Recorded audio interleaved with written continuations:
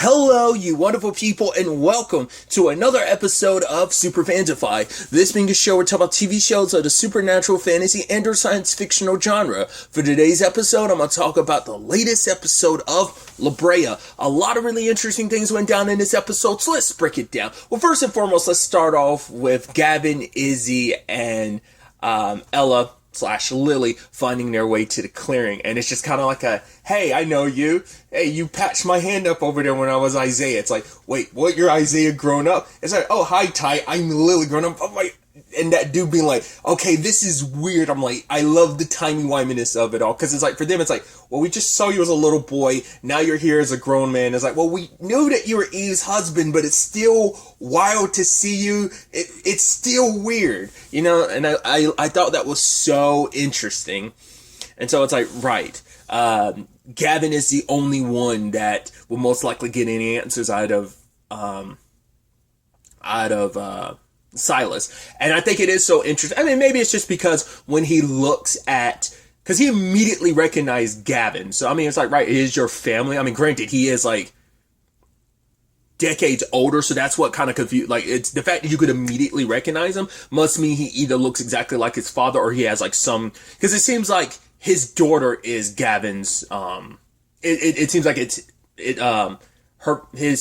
Gavin's mom is his daughter. I wouldn't assume, just the way he was talking about, it's like, right, your mom was the most important person to me, so it seems like that's his daughter. But the fact is, maybe he just has some resemblance of his mom, or not less not less Silas already knew what Isaiah would look like growing up. Like, I mean, because of the timey-wiminess of it all, once again, they're apparently, based on what Aldrich said, is like, oh, we're the ones who were making the sinkhole, so it's like, okay, so maybe they've seen the future. Like, that's why I'm like, last episode, my theory was, are they actually from the future? Not 2021, 2022 future, as in like super farther down the timeline. Is that where they're actually from? Like, maybe it's that type of thing of once, because like I said, I feel like it's one of those things of like, maybe this is all because time is coming unraveled and stuff like that. Like, maybe they're from like a far distant future where things are bad, so they went back in time to try and fix things. Like, maybe this sinkhole thing isn't 100% on them in 10,000 BC, but somewhere far, far in the future I don't know.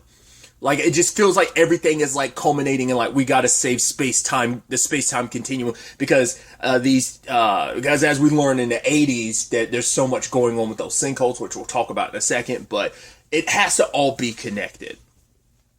So Silas is going to take Gavin to the Exiles, which he heard rumors about them, which it seems like, okay, so maybe they have nothing to do with the tower that Scott and Aldrich went to, but I'm like, there has to be a connection there, because they're making people like mine out these very specific rocks, and I'm like, what's that for? I wonder, is that like fuel for some machine or something, or is it like material, like what purpose do they serve otherwise? Like, what is that about? Like, we only barely touched on that, obviously, with the Levi and Eve side of things, but we'll circle back to that in a second.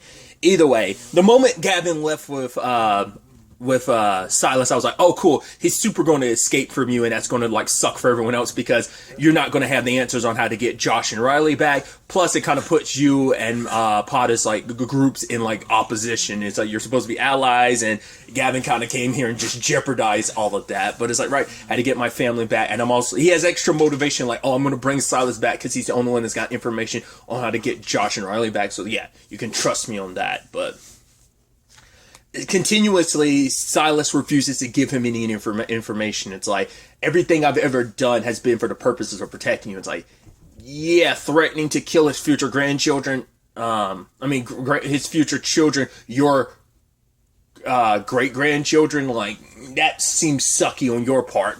But he is saying, like, later on it was like, oh, your mom and dad are dead. Well, actually, they're not dead. That's why I'm like, why would he not? Because they needed him, I guess, prepared for whatever. I guess now that he is, it all seems like there's some part of this eventuality of what he's trying to prevent. I guess it's like maybe they knew what Gavin's story would be. If Gavin goes back to 80s, he would grow up, he would come back here, and it's all part of like, oh, this always happened. It's part of a time loop, and they were trying to break the loop. We needed to do something different because if we didn't do it, like, it all was for nothing. It's all for naught. Everything is going to collapse. Everything's doomed. Like, there's something there. Why Gavin's so important. Why Silas wanted to protect him. Because he's like, almost like if you meet your parents, you're going to die. And like, what? He made it sound like that, but I guess it's like wherever his parents are, like if you go back, if you ever meet with them, if you ever go back there, then we failed. Like everything that we could have done differently didn't go the way we wanted it to. That's how I chalk that up, but I don't know. I figured as much, like, he wouldn't. The fact is, he didn't run away immediately. It's like, right, he is going to protect his grandchild. He's just going to make sure you're in a position where you're going to be better off. It's like, he still helped him get to the caves and everything to get to even Levi. Granted, he didn't go with him. It's just like, cool. The only way to get in is if you get brought in. So I'm drugging you and like leaving you for them to get you. But I left you a map. It's the only way you can get out of that cave system. Which I'm like, why are you doing all this? Where are you going to go? I can only assume he's going to the tower because he knows that's where Aldrich is. Which, just really little thing. Scott came back at the end of the episode. No Aldrich. So either things went down in that tower and it was like, whoa. Or, what was it, like something bad happened. Or Aldrich decided to stay and Scott either managed to get out or she let him out. Because he's like, you're not going to believe what I tell you. I'm like, come on. I hope a good chunk of the next episode, it won't be, but I'm so, that's the storyline. I'm like, what the hell is up with that tower? Maybe we'll finally get some answers about this whole Aldrich thing. Because even Silas said maybe there'll be a way to get Josh and Riley back, but doesn't know. So, once again, it's like they're supposed to have control over that, but I guess like they create the sinkholes, but maybe they don't have full control over where they take them. Once again, that big reveal last episode, like, oh, we took the sinkhole in Seattle. We thought we were in Seattle, but it's like, no, it brought us super close to Los Angeles. So once again, I think every sinkhole would leave them in the general area of that clearing. It would put you in the general area of Los Angeles. You know, you won't be at the exact same spot. I mean, because once again, everyone landed at different spots nearest the clearing. At least Eve and I think Ty did. You know, last season at the beginning of the series. So it's like, you know, I guess the same principle applies like to everyone, and they just culminated to the clearing, or most of them did land in the clearing. I guess it just depended on when you went to the portal and what. I mean, because obviously Levi was in a plane that was going down, so you know, I don't know.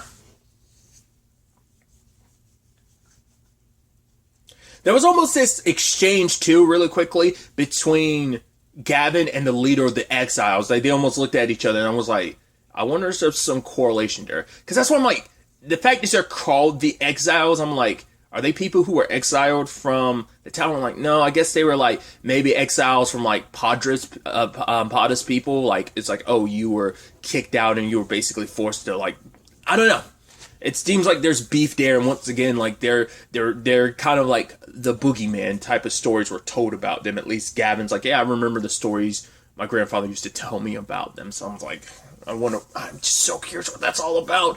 We'll get answers eventually, but it's just that thing. I'm like, oh, once again, I'm trying to figure it out. I'm so curious what it is, you know. And circling to the Eve and Levi situation. This entire episode got Eve really thinking about everything between her and Levi, which is kind of an awkward thing because even Gavin doesn't know if everything is repairable. He can at least get his daughter, you know, his family back together. He can make sure Eve's okay. Because it's not even just like, oh, I'm after Eve. It's like, no, I'm rescuing Eve and Levi. Because regardless of anything, it's like, that is my best friend. That guy's like a brother to me. But the problem is, it's like, yeah, but now it's like, yeah, knowing like he was sleeping with her wife, but also he knows, like, right, you love her. And what that's going to turn into, because like Eve, you know, him being here, the fact is that he surrendered himself just so she wouldn't be alone, reminding her like, I'm not going anywhere. It's, yeah, like, he was there for her in a moment where things were kind of pretty bad in her marriage. She was struggling and everything with Gavin, and that's the sad thing of like, well, Gavin was still going through what he was going through. He wasn't crazy, no one believed him, but it still doesn't change the fact is, regardless of it all, he wasn't there for his family. Yes, he had his extenuating circumstances. He wasn't crazy, but once again, his drinking and stuff like that, but even Josh saying later on is like, yeah, if someone had actually believed my dad, like maybe things would be completely different. Like who knows how different things could be. And it's like, but that's the thing, like, who would believe what he saw? Who would believe everything? Once again, they're not even just visions. They were just like repressed memories, so there was never going to be someone believing him at that point in time. Obviously, they all do now because it's like, wow, we've seen the result. We saw little Isaiah. We now see older Isaiah as Gavin. So. But their side of things, they were trying to break out, try to convince some of the other prisoners like to help them, but that didn't necessarily go that way. But now Gavin's captured too. They can link up and kind of work together, especially because Silas gave him a map. So it might not just be about getting the three of them out of there. It might be about getting a lot more people too. Because there are also people from the clearing as well. These are people who never made it to the clearing. I guess the exiles had them ever since they landed here at the beginning of the series. So there's even more people that so the group, we already had a pretty large group at the clearing. Yeah, the group's apparently even larger, so that's definitely going to be really interesting. I also thought was kind of interesting too, just thinking about in the grand scheme of things. We have not gone back to present day, because obviously we're flashing back to Riley and Josh in 88, but it's so fascinating to think about. I guess it makes sense because none of our core characters are in 2021, 2020. Like, we only went back there time and time again, seeing what the government was doing, because obviously they're trying to keep this as in control as possible. But we also don't know what is happening present day. We see what's happening in the 80s and what that ripple effect might look like present day. But it's like, yeah, we have no reason to really check on that because the only reason to do that was Gavin and Izzy, and they're in 10,000 BC now, so you have no reason. There might be. Yeah, because it's not unless some other sinkholes open up and more people fall into this clearing or something like that, or just in the general area. So we'll have to wait and see. But I just thought about that. To be fair, we're only 2 episodes into the season, but I just thought about right, they probably would never cut back to that. They wouldn't have a reason to, But circling back a little bit, back on the Eve and Levi situation. They did touch on that storyline beat that they brought up last season of Eve's guilt about what happened to Izzy. She's like, if I had been there to pick up Izzy instead of, having my thing with Levi, then maybe things would have been different on that front. Everyone has regrets about how things played out when it came to that family, And just before Levi left, Eve was going to be there to try and stop him not going to Germany, but she saw other people, sending off, family family members, and she was looking at her own ring. She felt guilty about it because it's she had talked to Levi about it. Her father left her and her mother when she was about Izzy's age 15, and at that time, and it's just I don't want to do that to my family because it's it still messed me up, the fact is he was going to leave us behind for another person, and she's, who knows what their relationship is like present day. Probably not good. And it's she didn't want that to happen to their family. It's because that can be potentially a destructive cycle. But it is a thing of, you are unhappy, Eve. You deserve to be happy. Be with someone out in the open without it being an issue. It's because, Gavin's at the bar, drinking all the time. That it's we know where he is. Once again, it's still just sad because it's right, we all now know the truth about his circumstances, but still. You can't control what you didn't know then, and once again, it still doesn't take away from the fact is that Gavin still wasn't there despite all that he was going through. Understandably, what he was going through, thinking he was crazy, everyone thinking he was crazy, but still, he wasn't really there for his family. So even he's yeah, there might be an explanation for it, but it still doesn't excuse the fact is I wasn't there for my family. I let them down, So we'll see how that all plays out when they eventually reunite with Gavin next episode, and just how awkward that is because Eve has just made it clear no, I do love you, Levi, just like you love me too.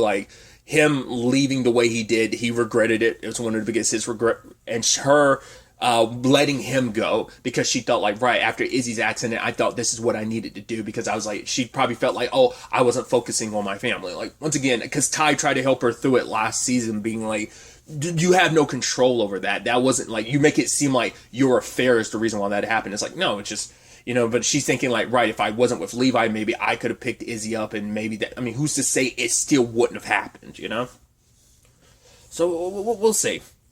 But speaking on the Izzy front, her and Sam I thought was interesting, like him repairing her the cracked part of her prosthetic. And it's like, she was like, why do I feel like I recognize you? I was like, do you know him? Like, why would, I was like, oh, right. The vigil. It's like, yeah, you and your dad went there and you ran into,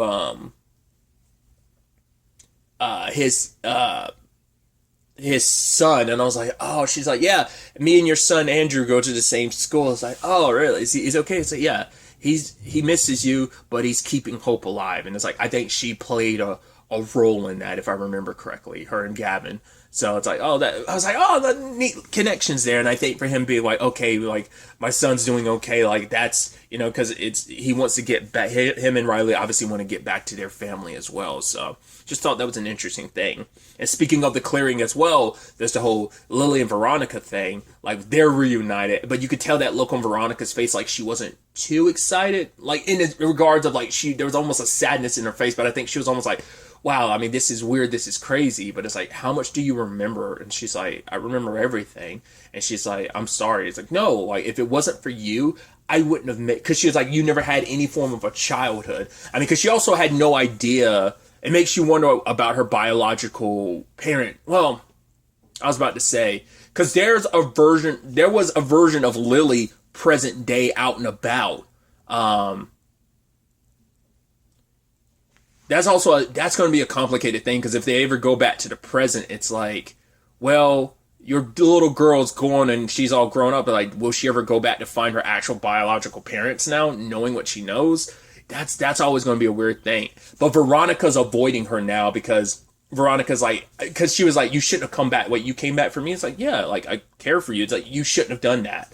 Like, she feels guilt over, like, I thought it was just purely like, she helped Aaron do what he did, but now I wonder, has she helped him do it before? Because like Ty was like, well, what do you mean? Like, she's like, I've done terrible things. And I wonder, is it because Lily isn't the first person she's done that to?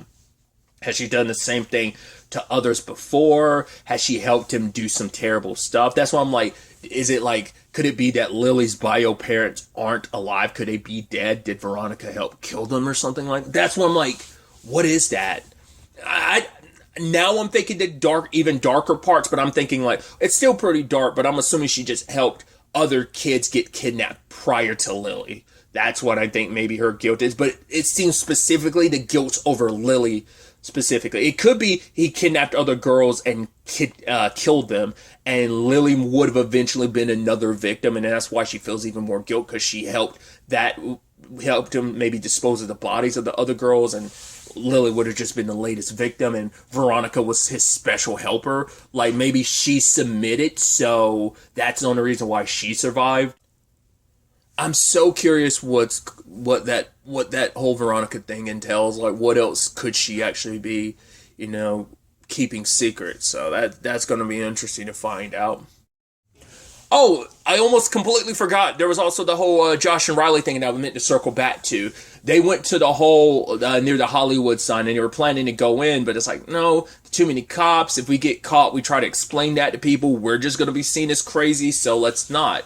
But a guy was overhearing them, and he's like, I've been tracking these sinkholes, and once again playing into the notion of because I talked about it previously, it seemed like the timetable for these sinkholes were getting faster and faster. Seems like it's happening even more so now in the 80s, because there was one that opened up like 3 weeks ago or something like that, 3 years ago.